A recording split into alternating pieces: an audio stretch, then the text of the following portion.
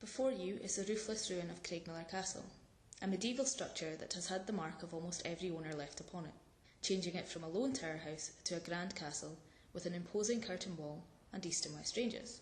To your right, stretching across the space between Craigmillar Castle and the Firth of Forth, is the thriving city of Edinburgh, with its ever-growing population of both people and buildings. In this story, Edinburgh isn't as developed, but is a much smaller borough with a distance of rural landscape between it and Craigmillar Castle.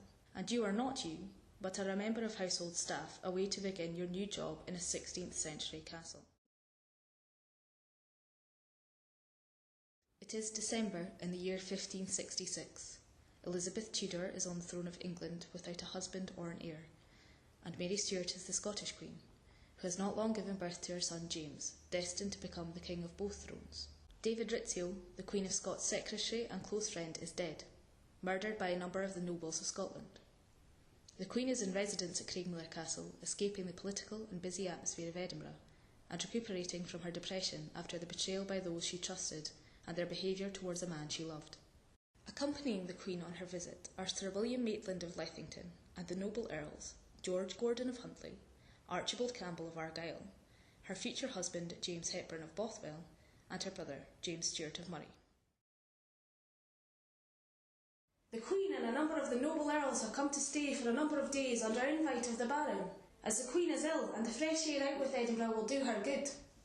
As I say, the castle has grown. It now has 18 rooms, 12 of which will be used by the Baron, the Queen and the Earls, and have to be kept to the highest standard during the Queen's visit. I wouldn't be surprised if she's at it with Bothwell behind the King's back. Apparently that's why Rizzo met a sticky end. You mean the Queen and Rizzo? That's what I hear from the Holyrood lot. The King was jealous and plotted to have him killed. And let Ruthven take the fall for it.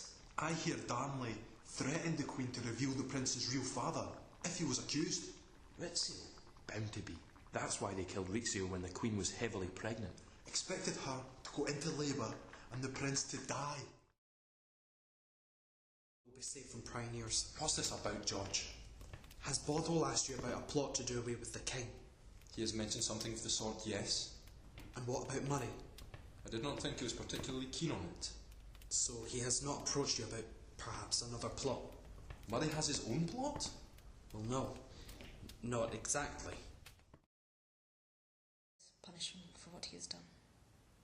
Betraying me, breaking my heart, and killing you, David.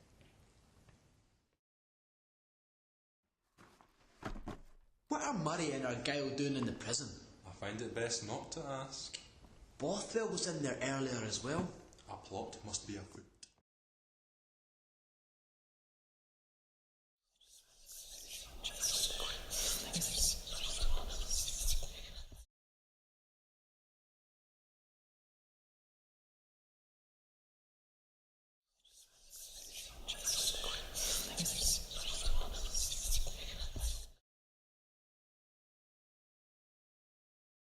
Maybe I should look into getting the floors thickened, so we do not have to hear our guests.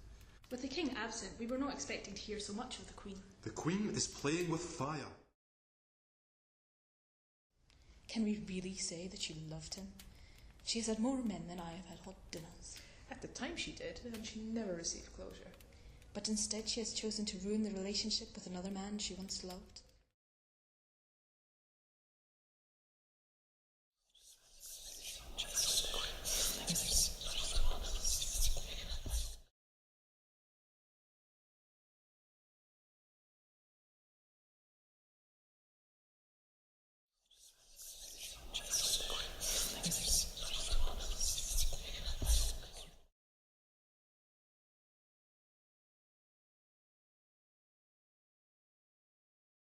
Do you think the Queen will marry Bothwell? What? She's still distraught over Rizzo. Bothwell's helping her get over him, though. You mean she's at it with him now? Well, he's been visiting her privately, and quite regularly too. The Queen doesn't wait long, does she? It's been months since Rizzo's death.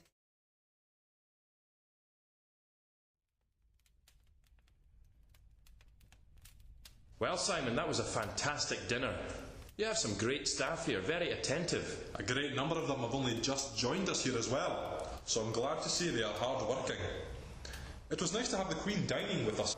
I think the Queen is looking much healthier today, do you not? You're married to my sister. You need to start acting like it. Oh, forgive me. I was merely commenting that the Queen is looking better. You've been fawning all over her. I was being polite. Under no circumstances, it appears.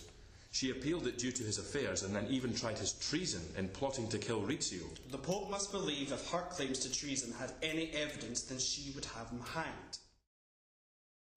We, the below signed, Earls of Bothwell, Moray, Argyll, and Huntly, and Sir William Maitland of Lethington, agree that the King Consort, Henry Stuart, has become a nuisance to both the Queen and the country.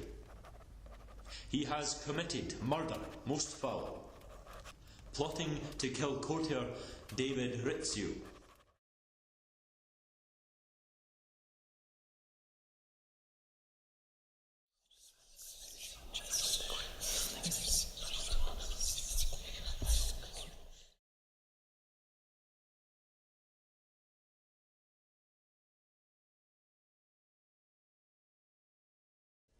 My mere boldness in accusing Bothwell should be evidence enough that I did not truly agree to the bond.